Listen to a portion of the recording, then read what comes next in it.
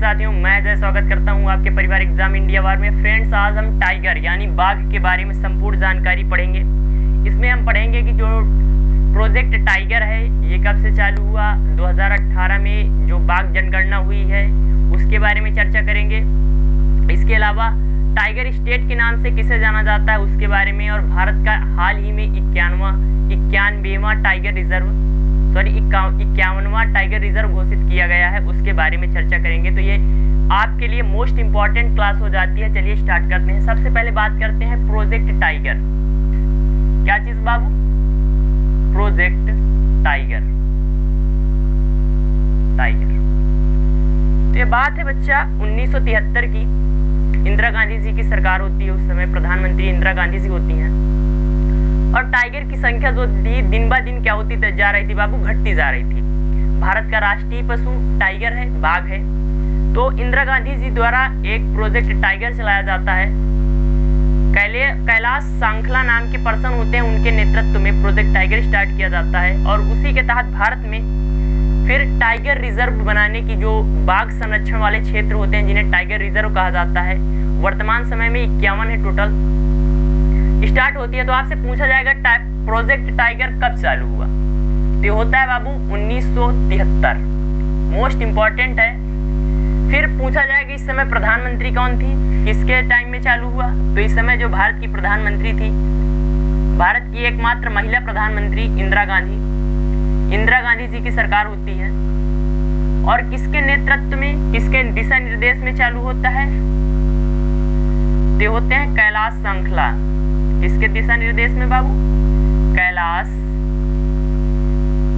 सांखला।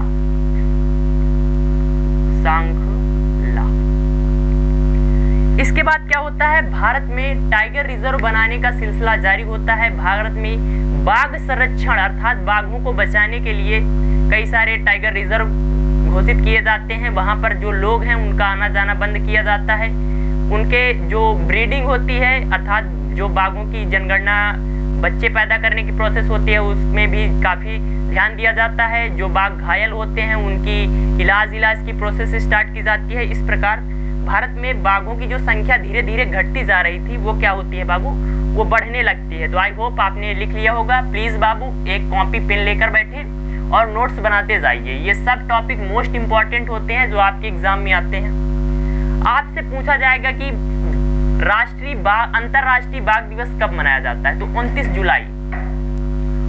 जुलाई इस दिन क्या मनाया जाता है बाबू? अंतरराष्ट्रीय बाघ दिवस। अंतरराष्ट्रीय बाघ दिवस ये मनाया जाता है। अब मैं बात करता हूं बाबू कि बाघ जनगणना क्या होती है। आपने सुना होगा कि भारत में प्रति 4 वर्ष में बाघ जनगणना होती है। पिछली बार जो हुई 2018, अब 2022 में होनी है। तो उसी के संक्षेप में बात करते हैं बाघ जनगणना। तो आप डाल लीजिए बच्चा, क्या मेरे साथी? बाघ जनगणना। क्या डालना है साथी? बाघ जनगणना। जैसे हमारे यहाँ पर क्या होता है? हमारे यहाँ पर जनसंख्या जनगणना होती है 2011 में, अब 2021 में प्रति 10 वर्ष के अंतराल में होती है। 2001 में हुई थी। तो जो हम लोगों की जनसंख्या है, ह्यूमन जनसंख्या, वो 10 वर्षों में। उसी प्रकार बाघ जनगणना जो होती है बाबू वो कितने वर्षों में होती है? तो प्रति 4 वर्षों में होती है। प्रति 4 वर्षों में एक बार। 4 वर्षों में एक बार। तो बाघ जनगणना 2014 और इधर देखेंगे 2018, ये वाली मोस्ट इंपॉर्टेंट हो जाती है। तो आपसे पूछा जाएगा कि 2014 में कितने बाघ थे? तो ये बाबू 2226 के करीब थे। कितने थे मेरे भाई साथी? 2226 थे 2014 में, जो कि 2018 में 2967 हो गए। कितने बढ़कर हो गए बाबू? 2967। अर्थात 2018 के डाटा के अनुसार भारत में कितने बाघ थे? 2967। अब अगली जो रिपोर्ट आनी है 2022 में आएगी, तो उसके अनुसार पता चलेगा कि भारत में कितने हैं बाघ। अब इसमें से टॉप देखते हैं सबसे ज्यादा कहाँ था। तो सबसे ज्यादा बाबू मध्य प्रदेश, MP, 526 टाइगर। कितने बाघ हैं MP में? 526। इसीलिए MP को क्या कहा जाता है? टाइगर स्टेट अर्थात बाघों वाला राज्य। दूसरे नंबर पर आपका आ जाता है कर्नाटक। कर्नाटक में कितने बाबू? 524। तीसरे नंबर पर आ जाता है उत्तराखंड, यहां पर 400 कुछ है। उत्तराखंड में आपके हो जाते हैं बाबू 442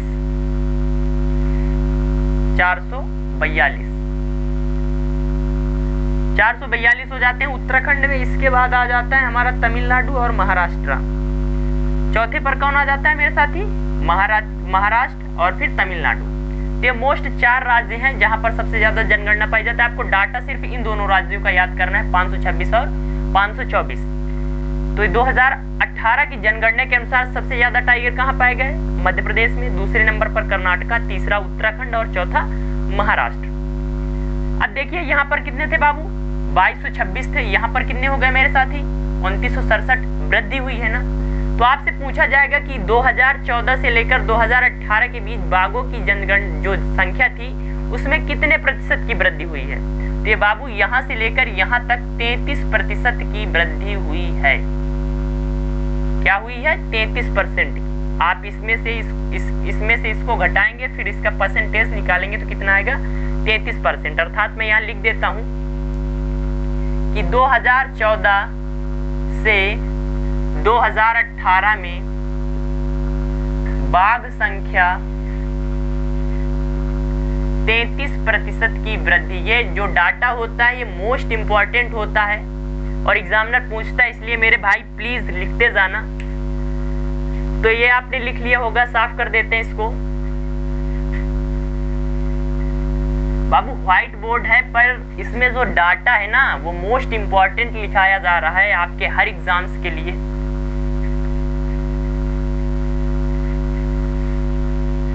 तो ये आपने लिख लिया होगा बाबू।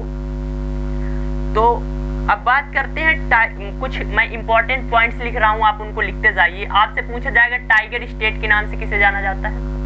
तो टाइगर स्टेट किसे कहा जाता है बाबू?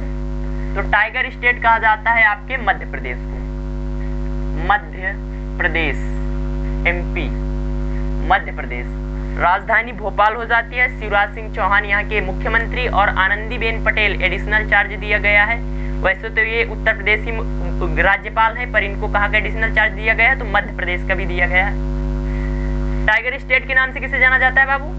मध्य प्रदेश को, एमपी को। अब बात करते हैं भारत का फर्स्ट टाइगर रिजर्व। कौन सा बाबू? भारत का फर्स्ट यानी प्रथम टाइगर रिजर्व। टाइगर रिजर्व तो हो जाता है जिम कॉर्बेट नेशनल पार्क। कौन सा हो जाता है बाबू? Jim Corbett National Park. Jim Corbett National Park and Tiger Reserve. National park राष्ट्रीय उद्यान भी है, टाइगर रिजर्व भी है। कहाँ पड़ता है? तो नैनीताल में पड़ता है। नैनीताल, नैनीताल।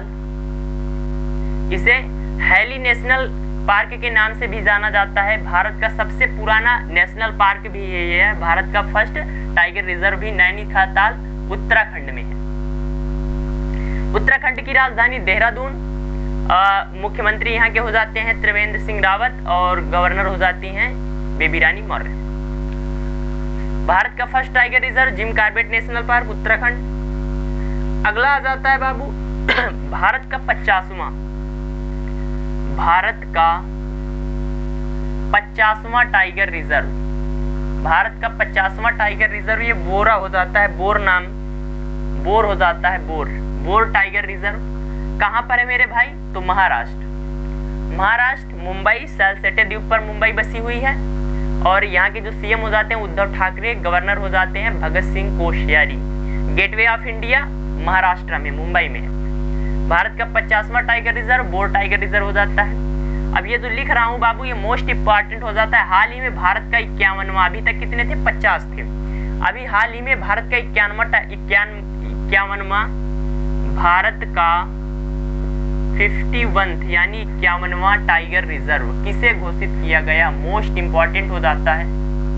ये श्री विल्लुपुथुर मलाई करके है, श्री विल्लुपुथुर मेगा मलाई। श्री विल्लुपुथुर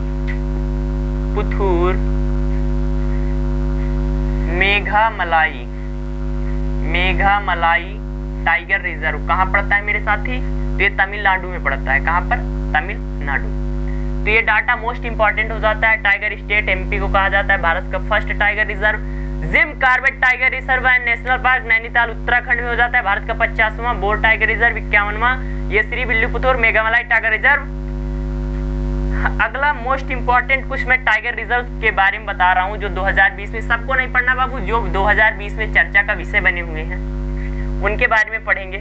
तो कुछ मैं आपको टाइगर रिजर्व के बारे में बता दूं, जैसे कि पन्ना टाइगर रिजर्व, तो इसको यूनेस्को की बायोस्फीयर रिजर्व में शामिल किया गया है।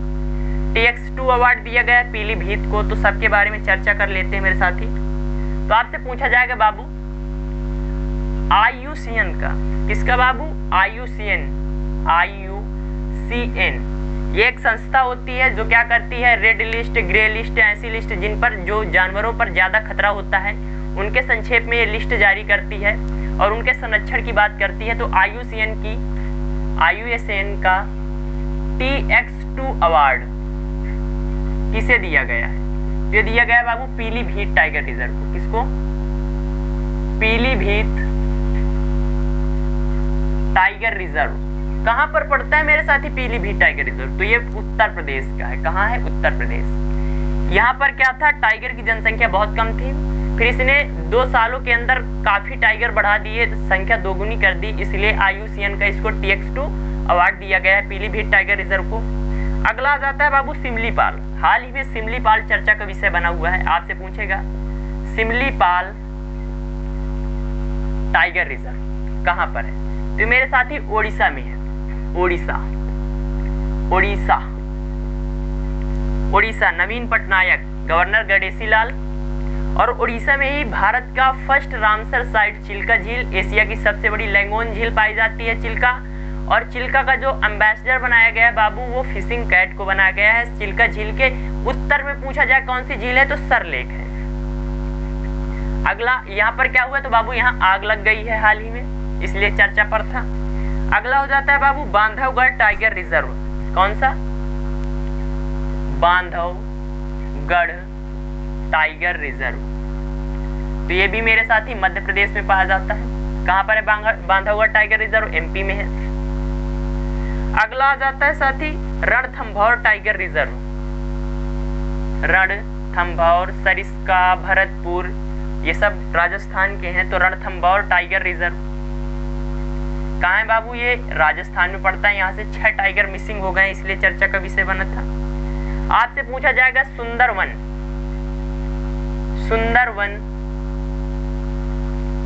Tiger reserve. Sundarban national park भी है, टाइगर रिजर्व भी है। और यहाँ पर सुंदरवन वाले में जो टाइगर पाया जाता है वो बहुत ही ज्यादा फुर्तीला होता है और वही भारत का क्या है, जो सुंदरवन का टाइगर है वही भारत का क्या है, राष्ट्रीय पशु है। तो बात करते हैं यहाँ कहाँ पर है, तो ये पश्चिम बंगाल, वेस्ट बंगाल में है। आई होप आपने ये लिख लिया होगा बाबू। एक लास्ट क्वेश्चन बच जाता है, उसको लिखा देते हैं। अगर बाबू आपको क्लास अच्छी लग रही हो तो भाई प्लीज लाइक कर दीजिए यार। चैनल पर नए हैं तो अपने छोटे से परिवार को बढ़ाने में मदद कीजिए ताकि आपके लिए बेस्ट से बेस्ट कर सकें यार। बेस्ट तो कर ही रहे हैं और अच्छा कर सकें। भारत का फर्स्ट हिम तेंदुआ संरक्षण केंद्र, आपसे पूछा जाए भारत का प्रथम